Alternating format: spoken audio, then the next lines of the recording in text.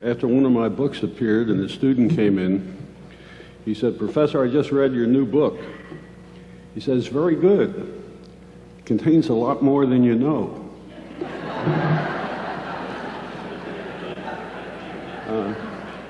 That's true. So I'm going on freewheeling. I'm going to pick and choose from some of the things I said yesterday, perhaps the most insulting part, to use today. My remarks have two foundations, two ideas out of which they spring, so let me deal with those first. The first is the concept of systems and what systems thinking implies. A system is a whole that contains two or more parts, each of which can affect the properties or behavior of the whole. For example, you are a system, a biological system called an organism, and you have parts like your heart, stomach, lungs, pancreas, and so on, each of which can affect your properties and your behavior. The second requirement of the parts of a system is that none of them has an independent effect on the whole. How any part affects the whole depends on what other parts are doing. So the way your heart affects you depends on the behavior of the lungs, the brain, and so on. The parts are all interconnected. Between any two parts of a system, there's a direct or an indirect path. And finally, if you group the parts of a system into subgroups, no matter how you subgroup them, each subgroup will have an effect on the properties and the behavior of the whole, and none will have an independent effect. And therefore, you can summarize those three characteristics of a system into a simple statement: a system is a whole that cannot be divided into independent parts. Now, this has a number of consequences which are not apparent but are incredibly important. The first is the essential properties of any system derive out of how its parts interact, not on how they act taken separately. And therefore, the defining properties of any system are properties of the whole, which none of its parts have. For example, an automobile is a mechanical system, and its essential property is its ability to carry you from one place to another. But no part of it can do that. There's no part of an automobile, its motor, its body, its seats, that can carry you from one place to another. It's only the automobile taken as a whole. Your essential property is life. There's no part of you which separately lives. Life is a property of the whole. And therefore, when the whole is disassembled, it loses its essential properties, and so do all of its parts. If we were to bring an automobile into this room and disassemble it, but retain every part in the room, we would not have an automobile. What you have is a collection of the parts, because the automobile is the product of the interaction of its parts, not the sum of the parts taken separately. And this has an incredibly important implication in management which the Western world has not yet learned, and is responsible for the well-documented decline of the West. In any system, when one improves the performance of the parts taken separately, the performance of the whole does not necessarily improve and frequently gets worse.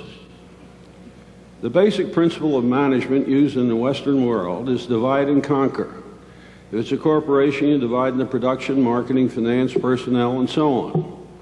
If it's a university, you break up into departments, curricula, and programs, and then try to manage each one as well as possible on the assumption that when this is done, the whole will be run as well as possible. And that's absolutely false. Because when a system is operating as well as possible, none of its parts may be. Now, this can be proven rigorously in the system sciences, but I'll spare you that proof. For one thing, I don't remember it.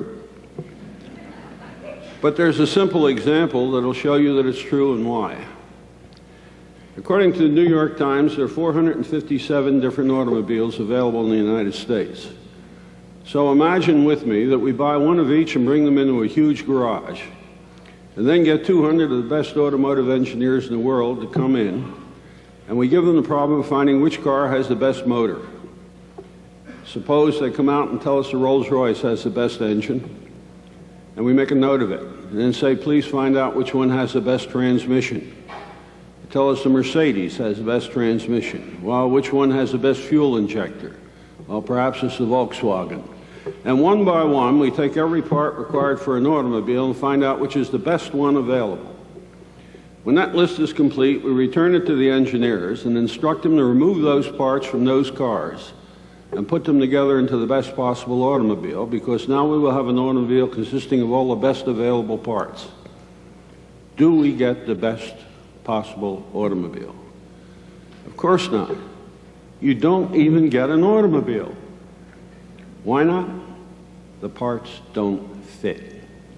It's the way the parts fit together that determine the performance of a system, not on how they perform taken separately. But we conduct systems like the university and corporations and hospitals as though the improvement of the parts taken separately will improve the whole. Now, that's one foundation concept I'm going to use in talking about education. The other one derives from a failure of our educational system to distinguish between the various forms of content of the mind. The simplest form of content of the mind consists of data. Now, there's an old aphorism that you may not have heard, since it's not widely circulated among educators. It goes as follows: an ounce of information is worth a pound of data. An ounce of knowledge is worth a pound of information. An ounce of understanding is worth a pound of knowledge. And an ounce of wisdom is worth a pound of understanding. So we have a hierarchy of the content of mind: data, information, knowledge, understanding, and wisdom, of increasing importance as you approach wisdom. But the allocation of time in the educational system is inversely related to the importance of these contents. Most of the time is devoted to the transmission of information, and some to knowledge, nothing to understanding, and of course none to wisdom at all. Some have claimed that this is due to the fact you can't transmit what you don't have. Data consists of symbols which represent the properties of objects and events. So if I asked each of you what your address is, or how old you are, or how many children you have, all of this would constitute data. Data are like iron ore. I can't do anything with them until they've been processed, converted into iron. Information is iron. It's data which has been processed to be useful. And useful information is what is contained in descriptions. Description is the mode of transmission of information. It's contained in the answer to questions that begin with such words as who, where, when, what, and how many. So if somebody were to enter the campus and say, where is the convocation occurring today, and tell them in the auditorium, that's descriptive. That's information. If they say, how do I get there, they will receive instruction, and the content of instruction is knowledge. Its product is skill. Knowledge is contained in how-to questions. Understanding is contained in explanations, answers to questions that begin with the word why. Why in the world do you want to go to the convocation? An answer to that explains the desire to get here. Now, wisdom is a qualitative change from the previous four.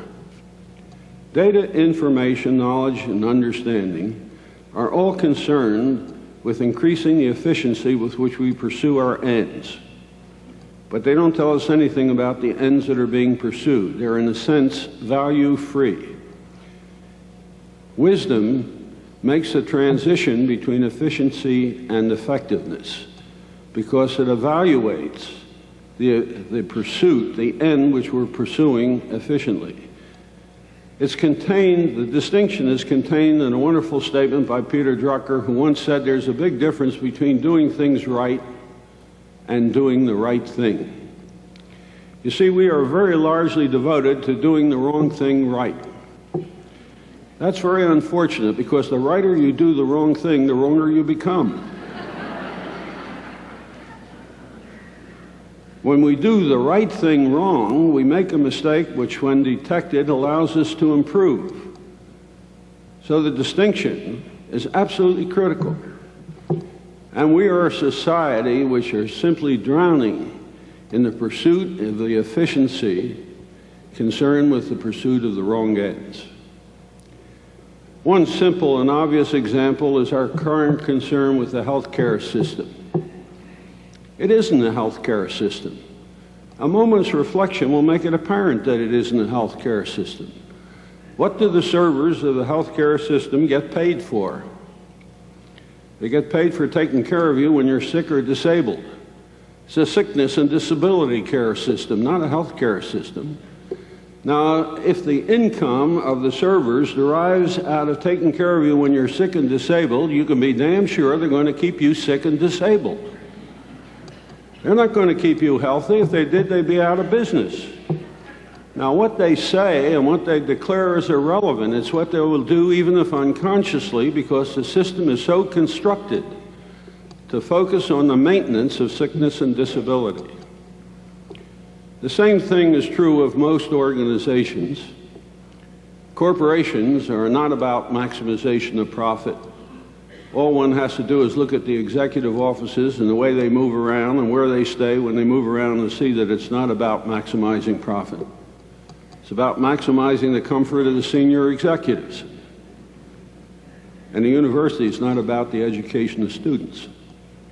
That's a myth which we perpetrate in order to get public support. The principal purpose of a university is apparent when you try to explain its behavior, is to provide its faculty with the quality of work life they want.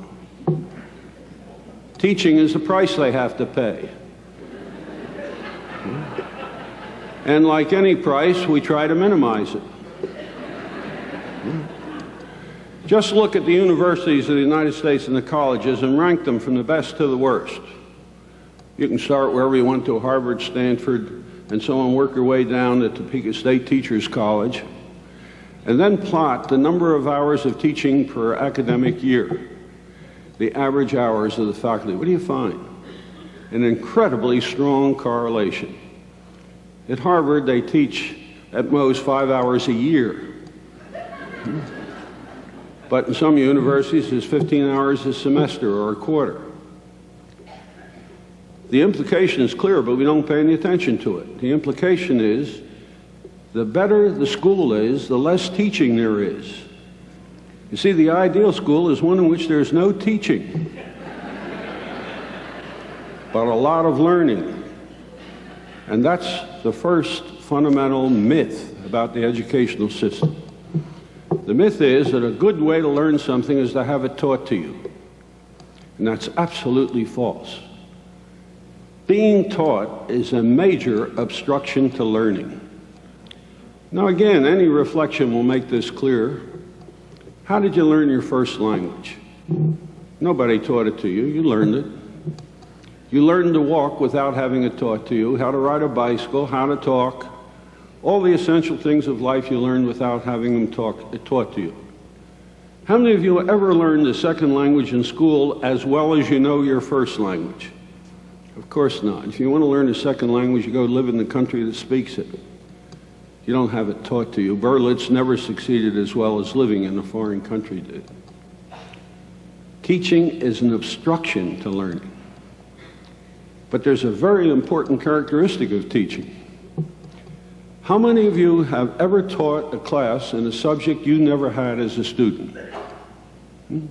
I suspect most of you have. Who learned most in the classroom? Although being taught is an obstruction to learning, teaching is a marvelous way to learn. What we are professional learners, not teachers. A student once asked me, "What's the last time you taught a course in a subject that existed when you were a student?" I had to think about it. It was 1951. 1951, it's more than 40 years ago. Everything I've taught since then didn't exist when I was a student. The student looked at me and said, "My God, you've had to learn a lot." He said, "I wish you could teach as well as you can learn." That's what we ought to be about, the facilitation of learning, not teaching. The university and the college is upside down. The students ought to be teaching because that's a good way to learn. And we ought to be continuously learning so that we can enable them to learn more effectively. The principal purpose of an institution of higher learning ought to have two prongs to it. First, to enable students to learn how to learn. And secondly, to motivate them to want to do so. You see, 50% of what you learn in the university is irrelevant to what you're going to do later. How many of you remember how to take a square root? The other 50% will be obsolete within a couple years. Your success in life after leaving a university depends on your ability to learn in your job or in your activity what you need to know to do the job well. Your future depends on your capacity to learn and your motivation to do so. Motivation is absolutely critical. We ignore it. We almost deliberately design classes to demotivate students so that they don't want to learn. We make a chore out of it. I told a story yesterday of an experience I had that was really illuminating to me. My group at the university did a lot of collaborative work with a neighboring so-called black ghetto, an area called Mantua consisting of 80 city blocks with 22,000 people in it, all black. It was referred to in the city in the 60s when we started working with them as the Bottom. It has since received 17 national awards for its self-development effort. It's been the subject of 7 major national television programs, and its leadership has received all kinds of recognition. One day, its leaders came into my office and said, "We got a problem, and maybe you can help us with it. We have too much illiteracy coming out of our schools. About 80% of the students, even coming out of high school, they said are functionally illiterate. What can we do about it?" We said, "Why don't you get a hold of the Board of Education? They have a special group working on the literacy problem." They said, "We've already done that." They came in and they didn't do us any good. We said, "Well, we don't know anything about this problem." And they said, "Well, that's an advantage because the people who do can't help us. So why don't you try?" Well, we did know one thing about the community which turned out to be essential. Those kids were not stupid. They were smart as the devil. They weren't educated, but boy, were they smart. And therefore, if they weren't learning how to read, it's because they didn't want to. So we conducted research to find out why did they not want to learn how to read. Well, the results were incredible. 65% of the households in that area did not contain a book. The kids coming to school had never seen an adult read. Their model adults were not reading people, but talking people. Their culture was oral, not literary. And then they come to school where a blonde white woman tells them that reading is the most important thing in the world. And they answer in 2 impolite words.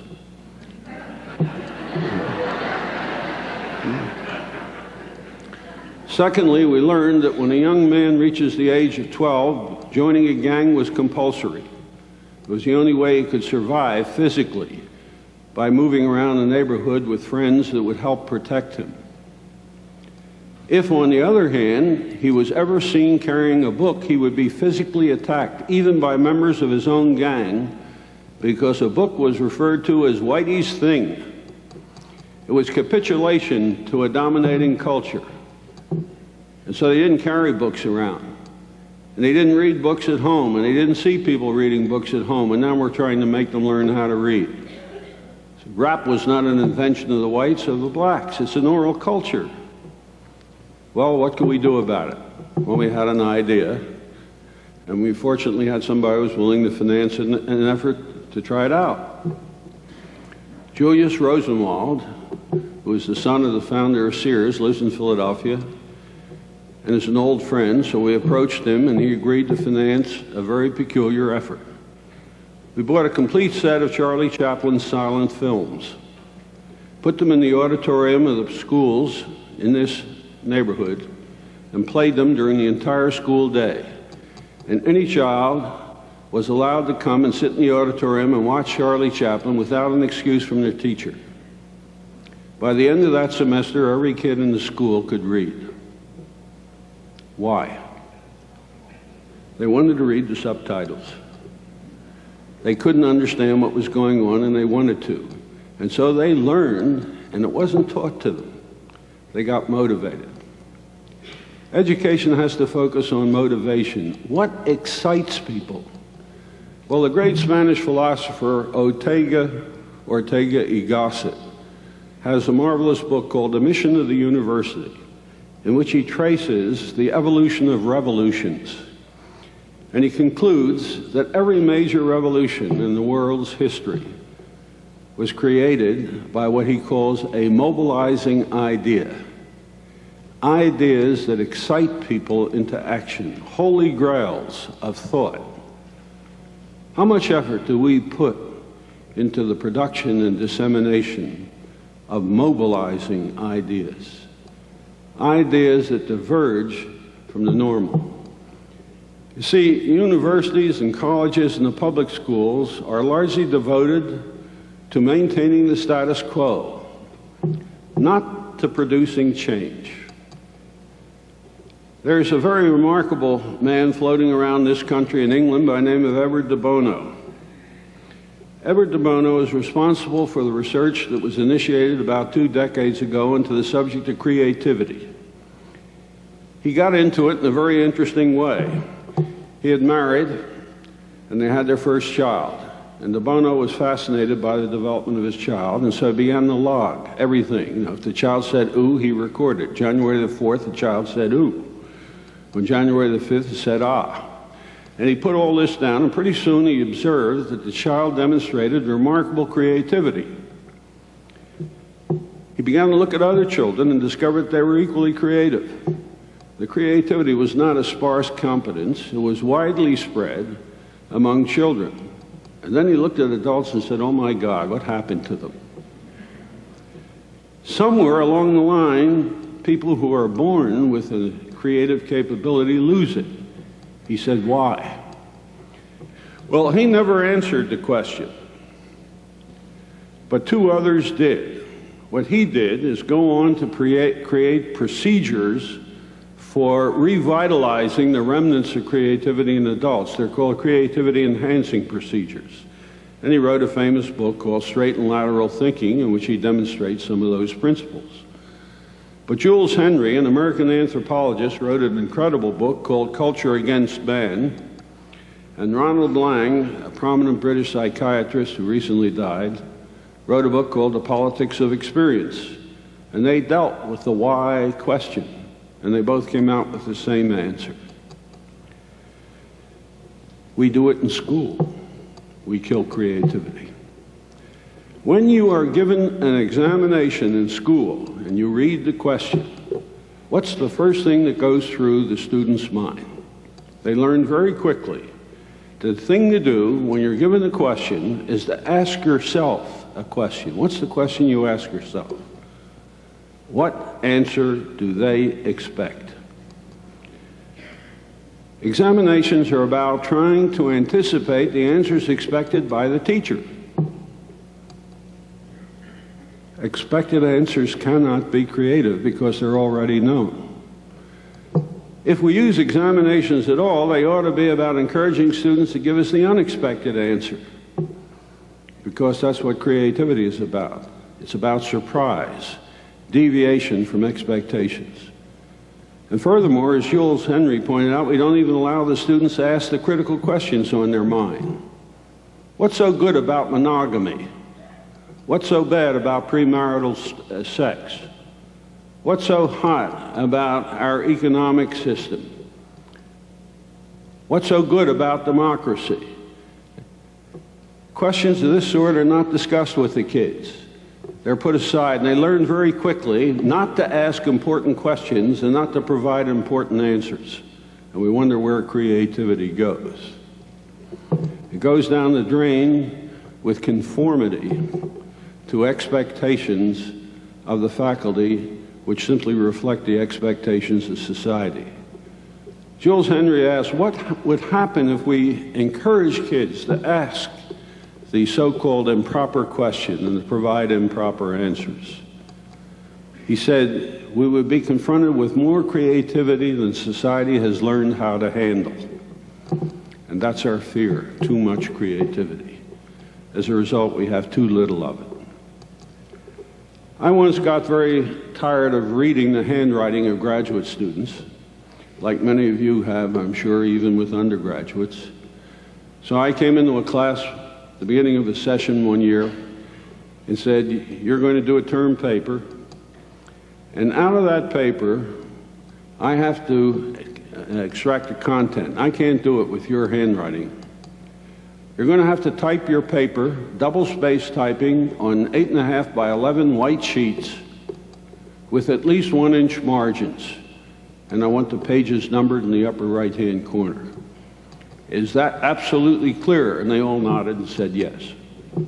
At the end of that semester, I received every paper typewritten as I had directed, and they were legible. But there was one that I got that was typed this way. At the end of the paper, there was a little remark. It said, I got you, didn't I? My initial reaction was that damn kid knew what I wanted and deliberately wouldn't give it to me. I was going to reject this paper, and then I stopped and reflected and said, my God, look what he did. He spent time trying to figure out how to fool me, how to surprise me. He was creative. So I gave him an A+. And I added a note, don't ever try it again because it won't be creative the next time.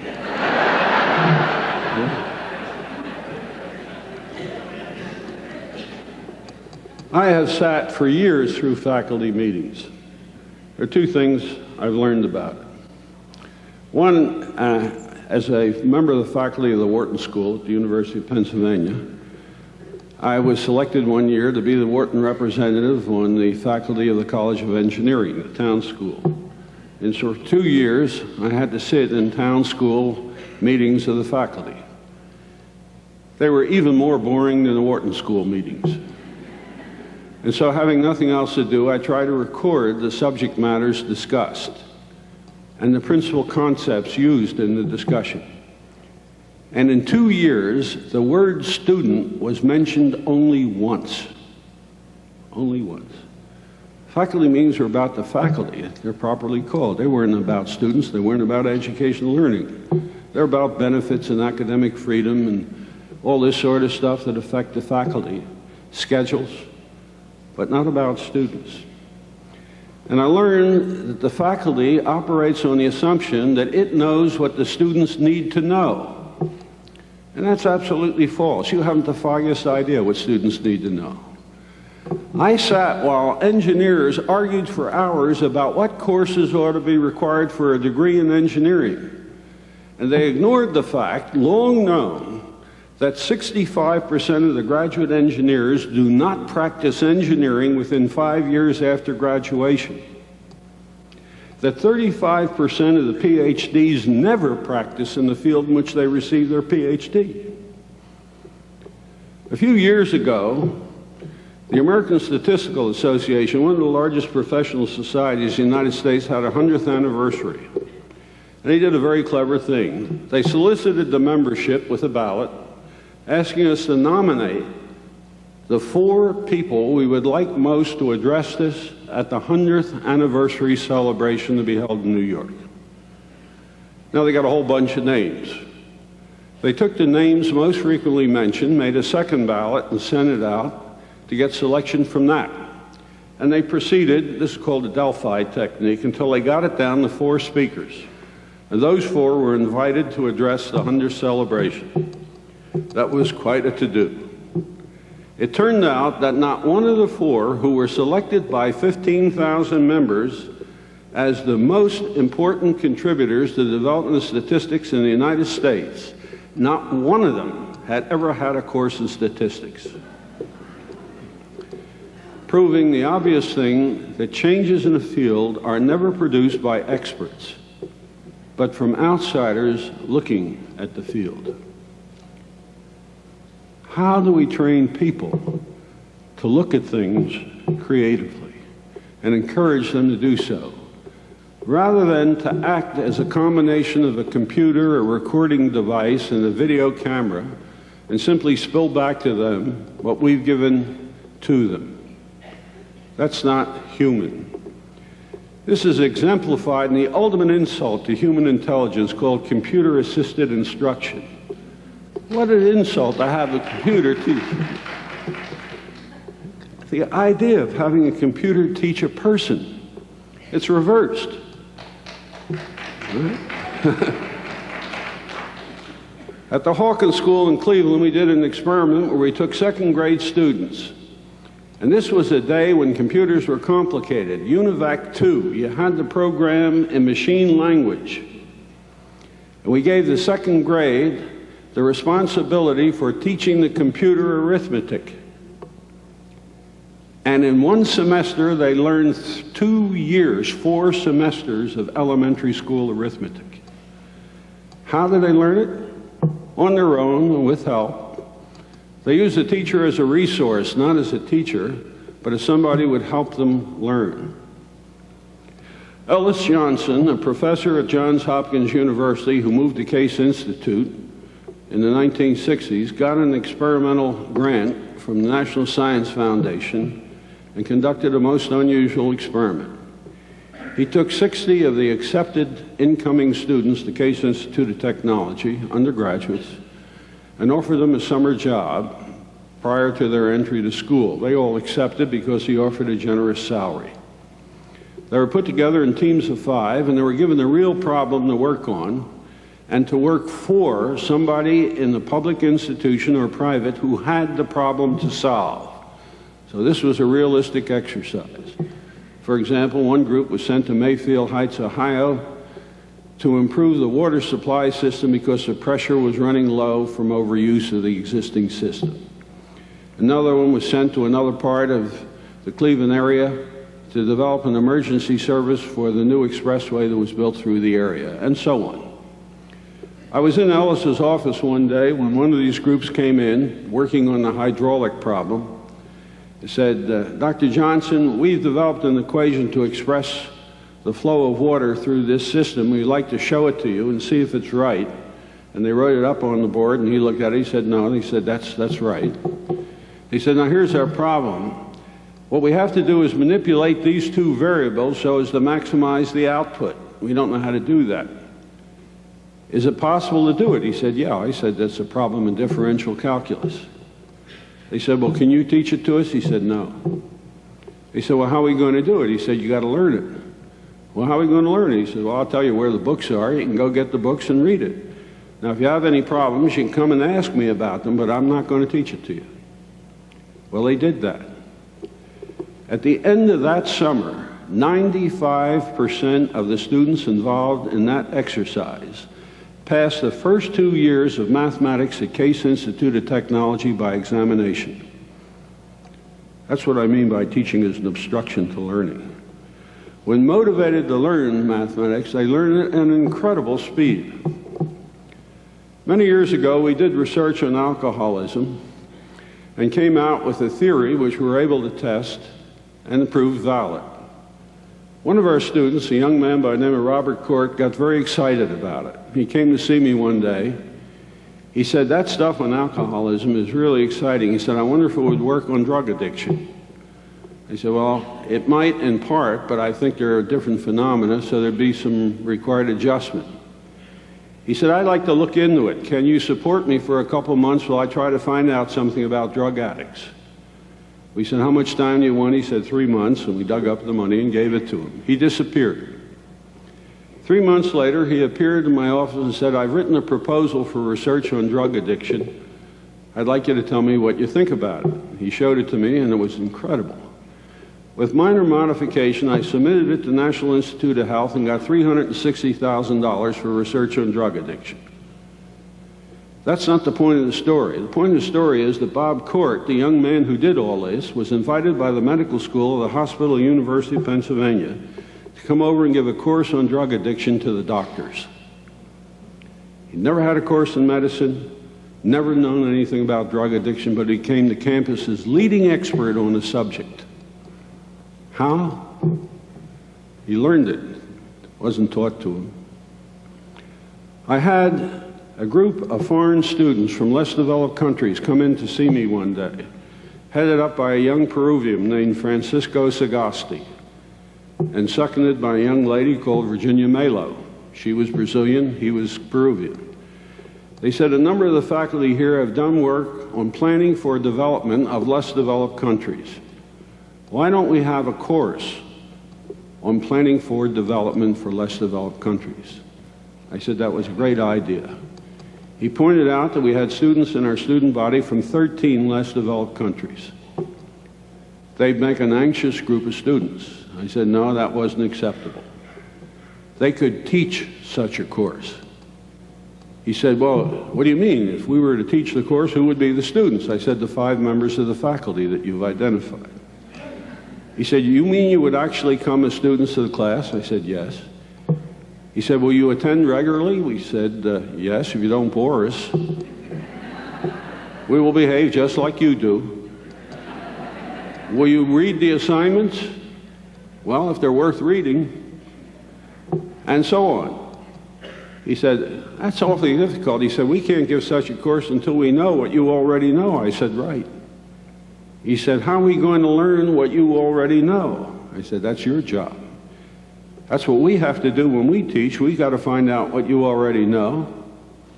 So you do the same for us. He said, well, can we do it next semester rather than this one? We said, yeah. And they did. Those 13 students put on the best course I have ever taken. Francisco Sagasti became the chief strategic planner for the World Bank and is now the chief planner for the government of Peru.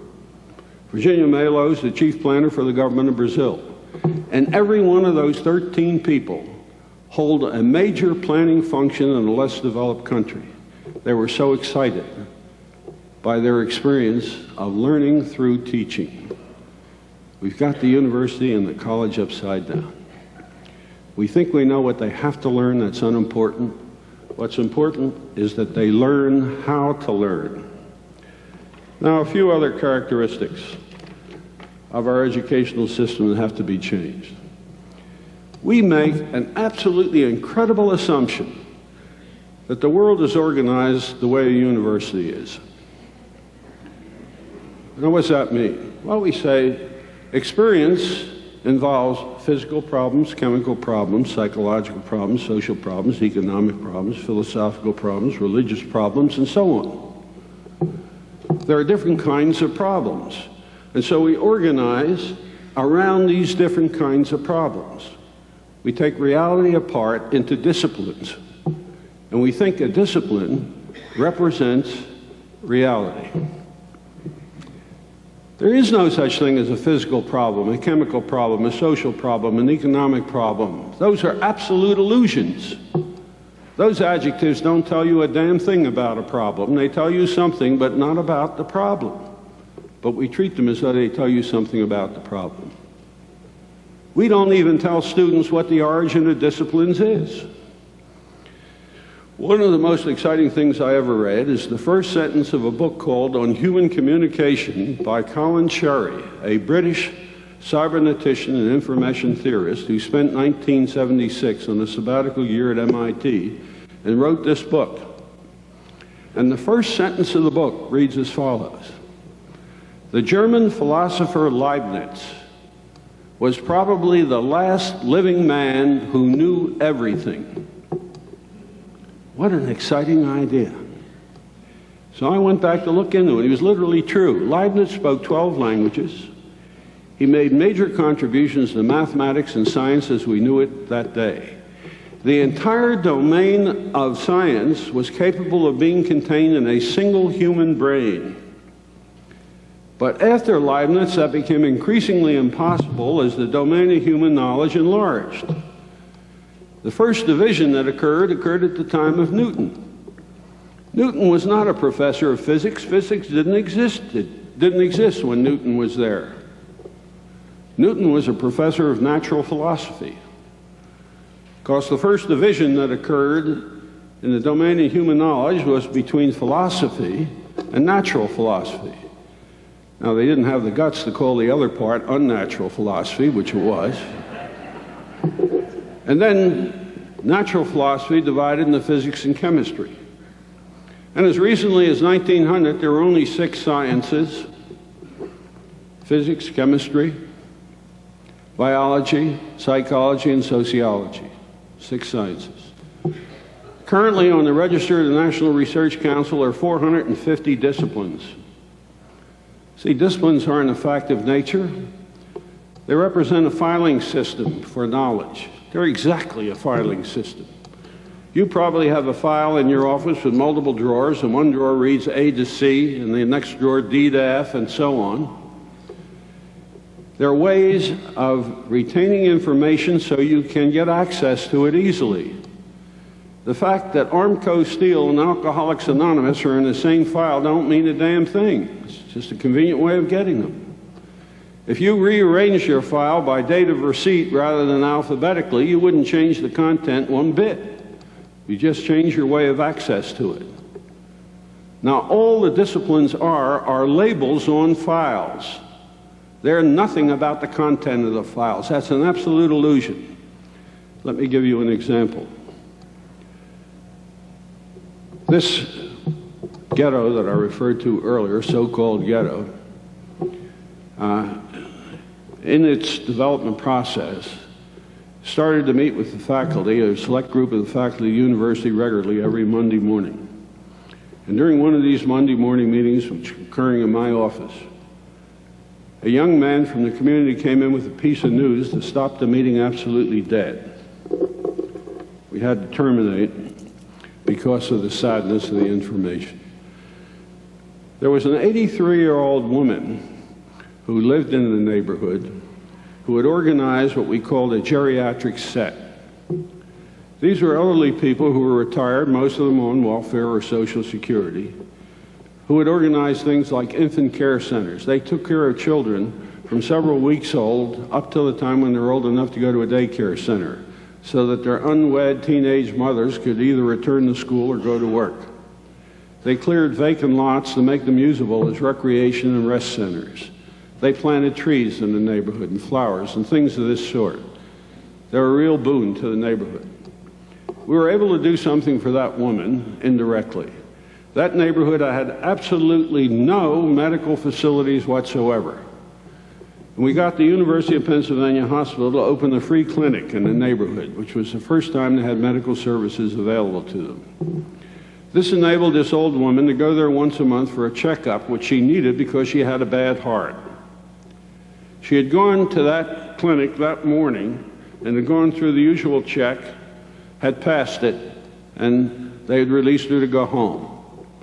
Home were 2 rooms at the top of an old 4-story house that had been converted into a tenement. And on the 3rd flight of stairs, on her way to her home, she had had a heart attack and died. That's the news that was brought to us. And so we sat around the room silently, and the first one to speak was a professor of community medicine who was in the room, Sam Martin. He said, "Damn it, I told you we don't have enough doctors in the clinic. You see, if we had more doctors in the clinic, we'd be able to make house calls for patients that shouldn't be coming to us. We should be going to them. We've got to arrange to get more doctors." There was silence. Jerry Adams, the economist, spoke up next. He said, "Sam, there are plenty of doctors in Philadelphia. That's not the problem." He said, "The problem is they're private practitioners and she couldn't afford to call one. If her welfare payments or health benefits were higher, this never would have happened. She'd been able to call a doctor to her home to give her the exam." Silence. Professor of architecture said, "Why don't we make them put elevators in all those buildings?" And then the only woman present, a professor of social work, shook her head and said, "My God, what a pity. None of you know anything about that woman. Don't you know she was married and had a son? She was deserted by her husband shortly after the son was born. And by working in house cleaning, she raised that son, managed to get him through school at the top of his class. He got a scholarship and came to Penn and got a degree in arts and sciences. Graduated at the top of his class and got a scholarship to the law school.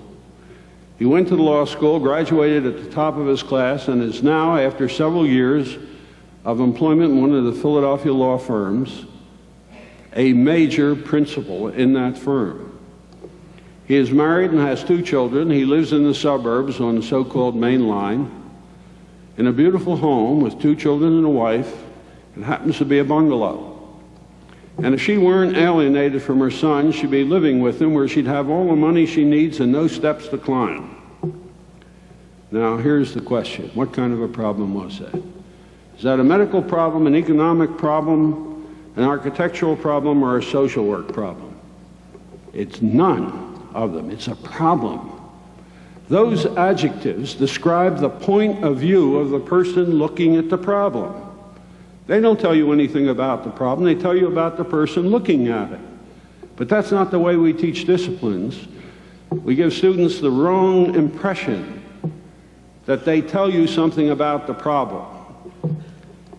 Now, I've had the remarkable opportunity to work in over 400 different corporations in my lifetime, in more than 75 government agencies in over 17 different countries. And I've never run across a problem that couldn't better be solved somewhere other than where it was recognized. But what happens in reality? In a corporation, a marketing manager comes in one morning and finds out the sales dropped in New England. Uh-oh, he says, we got a marketing problem. And he now takes possession of that problem because it's a marketing problem and tries to solve it by the manipulation of marketing variables. But that problem may be much better solved someplace else. But that never occurs to him because he was taught there is such a thing as a marketing problem. This is what interdisciplinarity is all about. I told a story yesterday which illustrates this perhaps better than anything I can say. It's a story of an office building in New York City, which at the end of World War II received increasing complaints from its tenants about the poor elevator service. These complaints kept mounting, and management didn't know what it could do about it. But eventually, some of the major clients in the building, multi-floor occupants, like accounting firms and law firms, threatened to break their lease and move out because their employees were complaining so much about long delays for elevators. So management finally took the problem seriously, did a little inquiry, and found out there's a group of elevator engineers or experts in the area, and they called them and asked them to come in. Explained the difficulty, and the engineers said, we have to do a survey to find out how serious the problem is. And so they were authorized to do so for a fee, of course. And they came back several weeks later and said, you got a problem. The average waiting time for an elevator in this building is about 2 minutes. They said the American standard is 20 seconds, which means that you're keeping people waiting 6 times as long as the desirable average. You've got a problem. The manager said, what can we do about it? The engineer said, there are only 3 things you can do about it. One is you could add elevators. That means you'd have to take part of the building that's occupied by other things now and put elevators in. The second thing you could do is use automated elevators, which move more quickly than the old elevators which you got. The third thing you can do is introduce computer controls to your elevator system. This would enable an elevator, when it reaches the 20th floor, and there's nobody waiting above, to go down to the first floor instead of going up to the top before it comes down. This saves time and increases the availability of elevators. And management said, which one of these is the best? He said, we don't know. You have to do research to find out. So they got a great big juicy contract. They went off and did the research, came back after several months and a couple $1 million later and said, you got a problem. What do you mean? He said, well, in order to add a sufficient number of elevators to solve the problem, you've got to reduce the rentable space in this building by an amount that you can't possibly justify by the change in income. It would be a bad investment. Well, what about automating the elevators? Well, that will only reduce the time to about 1 minute, which is still 3 times too much. What about computer controls? Same thing, they said. What are we going to do, said management. The engineer said, you can't do anything. It's an old building and it's the cost of age. And they left. Complaints kept going on, and finally management became absolutely desperate and decided to do something it would never do under normal circumstances. These were absolutely unique conditions. So they called a meeting of their subordinates. The head of each department in the building was called, and everyone came. A large building like this employs between 200 and 400 people, except the head of personnel department. He was off on a trip, and he sent his young assistant, who was a recent graduate in personnel psychology from Penn State. And when they entered the room, management described the problem to them and the result of the engineering study. He said, what I want to do here today is brainstorming.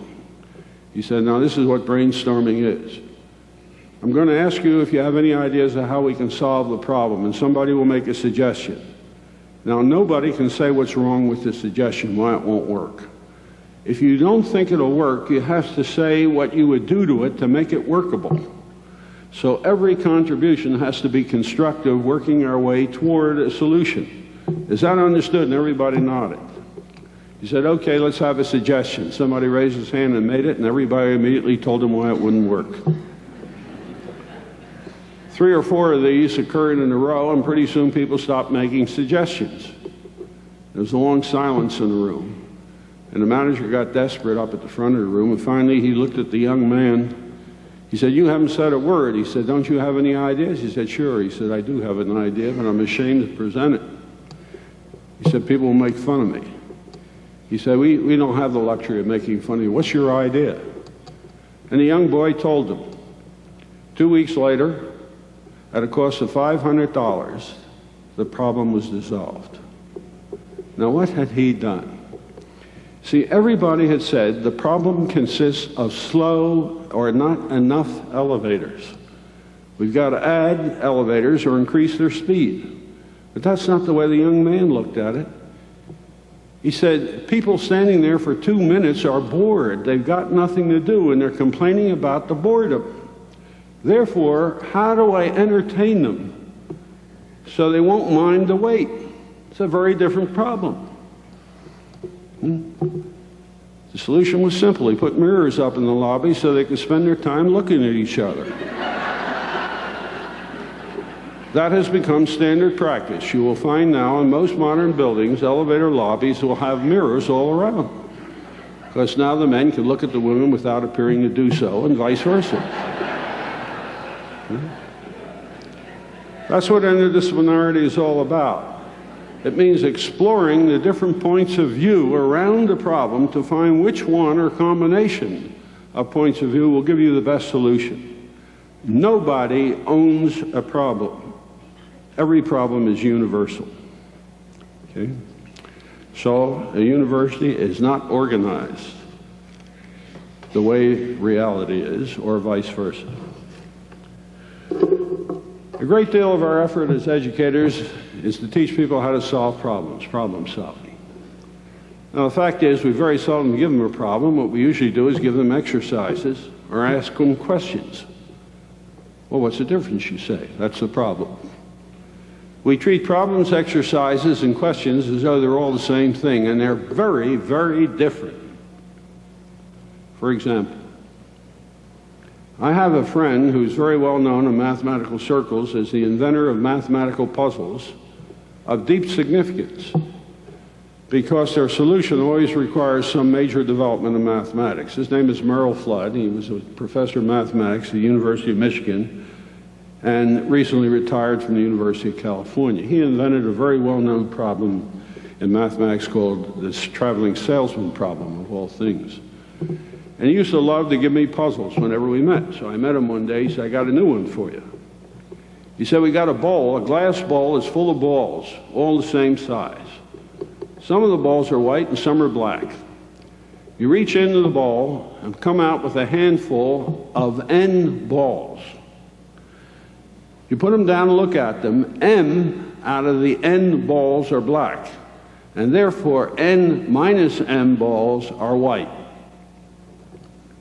He said, now you reach into the bowl and pull out one ball at random. What's the probability it will be black? I said, that's easy. He said, what do you mean it's easy? It's an unsolved problem in statistics. I said, it may be unsolved in statistics, but it's an easy problem. He said, what do you mean? How can it be easy? I said, you just tell me how you know that the ball contains only black and white balls, and I'll tell you the answer. Oh, no. He said, I can't do that. It'll spoil a problem.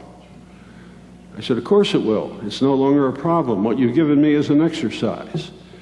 You are depriving me of information which you need to formulate the problem. That's an exercise. That's what a case study is. It's not a problem, it's an exercise.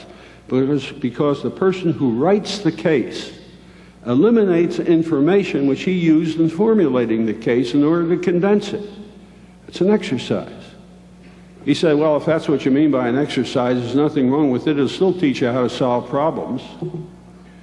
I said, if I taught you how to box with one hand tied behind you, does that teach you how to box with two hands? He said, you get killed when you go into the ring.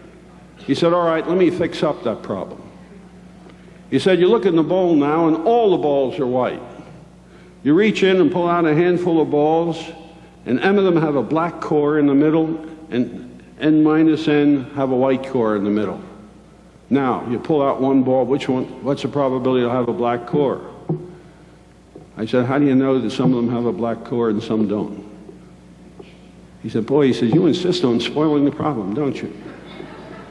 He said, all right, let me give you one more formulation. He said, you got one of these pinball machines, and you have two exits for the balls, one on the right and one on the left, and you shoot N balls, and M of them come out on the right, and N minus M come out on the left. Now you got one pull of the spring, one ball goes up, what's the probability to come out on the left? I said, give me a screwdriver. He said, what for? I said, I want to take the machine apart and see how it works. He says, you can't do that. I said, why not? He said, because it spoils the problem. See, he was reducing problems to exercises. And exercises are not an exercise in problem solving. It's learning how to box with one hand tied behind your back. And that's not what reality is.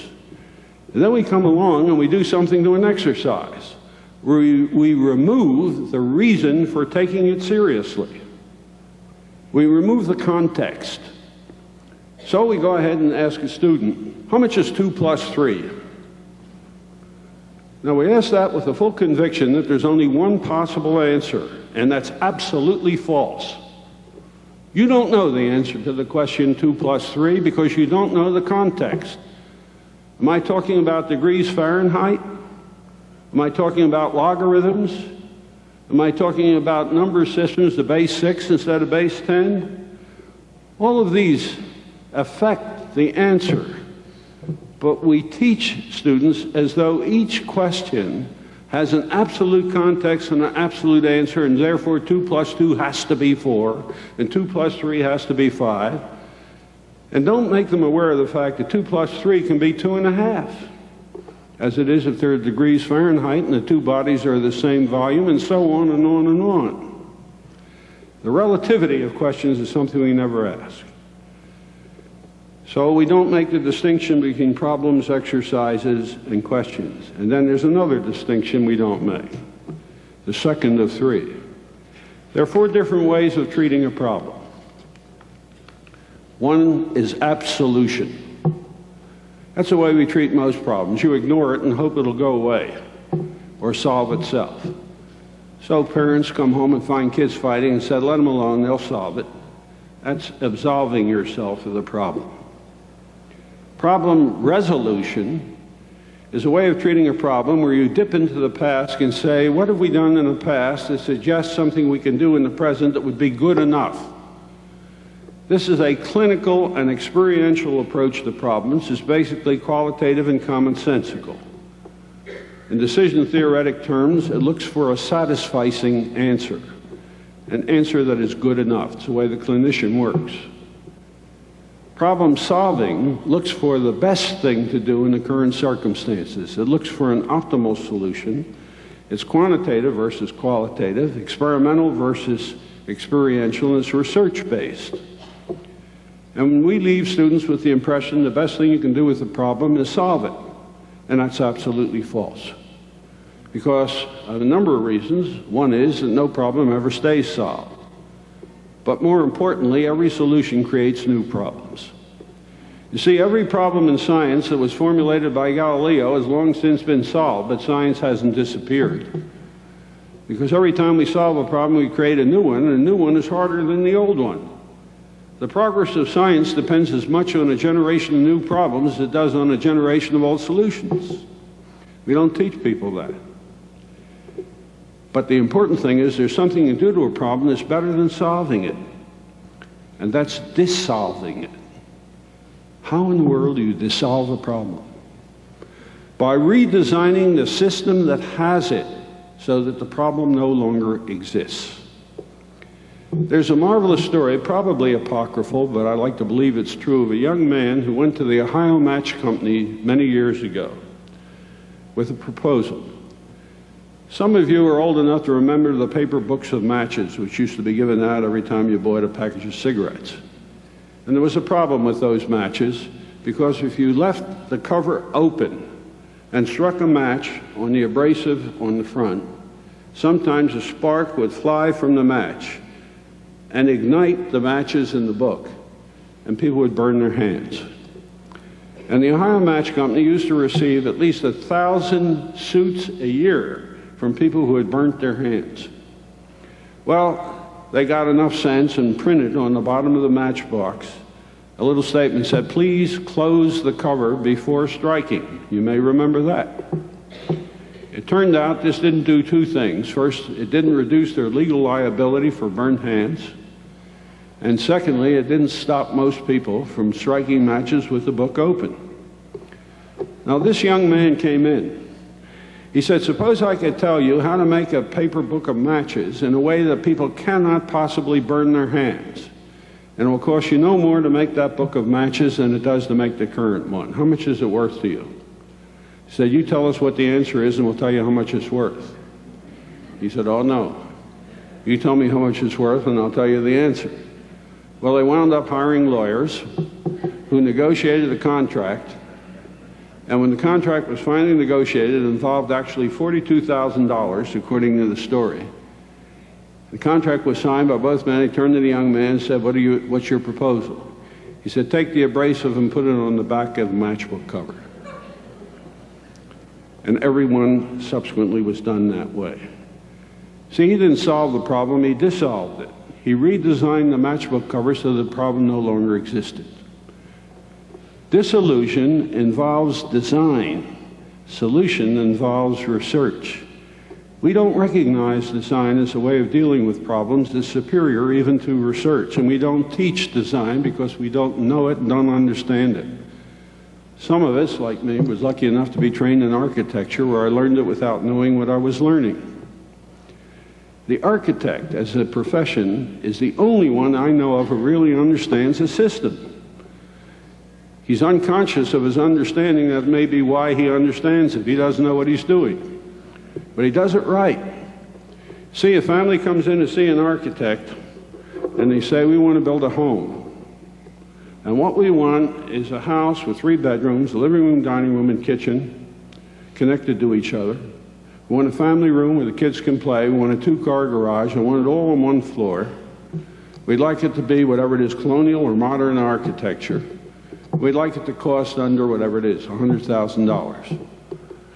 Architect says, "Fine, let me think about it, make some sketches. You come back in a week and we'll talk about it." Now, what does the architect do? Does he make a list of the rooms they want and then produce a design of each room and then say, "How do I put these together into a house?" Is that what he does? Of course not. What he does is produce a sketch of the house, the whole. And now he begins to put rooms in it. He divides the space of the house up into rooms. Then he looks at it and he says, "Well, these bedrooms are a little too small and they're the wrong shape. They're a little too long for their width. So I ought to make them a little wider, but that means changing the house. Should I change the house?" Only if changing the house to accommodate the room makes the house better. A part is never modified unless it makes the whole better. That's a systemic principle. You don't change the part because it makes the part better without considering its impact on the whole. That's systemic thinking. You don't improve the performance of a department of a university or a college unless you can demonstrate that doing so improves the whole. But I've never seen a university or a college which evaluates departments in terms of their contribution to the whole. They're always evaluated in terms of their own performance, because the university is treated anti-systemically as a group of autonomous, independent entities called departments. And so the potentiality for learning in an institution of higher learning has never been completely exhausted. Now, the third thing about problems, they don't exist. There is no such thing as a problem. That's an illusion. Well, it's a concept, really, not an illusion. A problem is to reality what an atom is to a table. What you experience are tables, not atoms. You have a theory and a concept which tells you that if you reduce a table to its parts, you will ultimately reach an indivisible part, which used to be called an atom. Now it's a parton or a quark, doesn't make any difference. But what you experience is the whole, not the parts, into which you have reduced it by conceptual reduction. Reality consists of a whole mess of problems interacting. In fact, reality is a system of problems. A problem is an abstraction extracted from reality by analysis. It's isolated from reality. Now, what happens when you take a system apart? It loses all of its essential properties.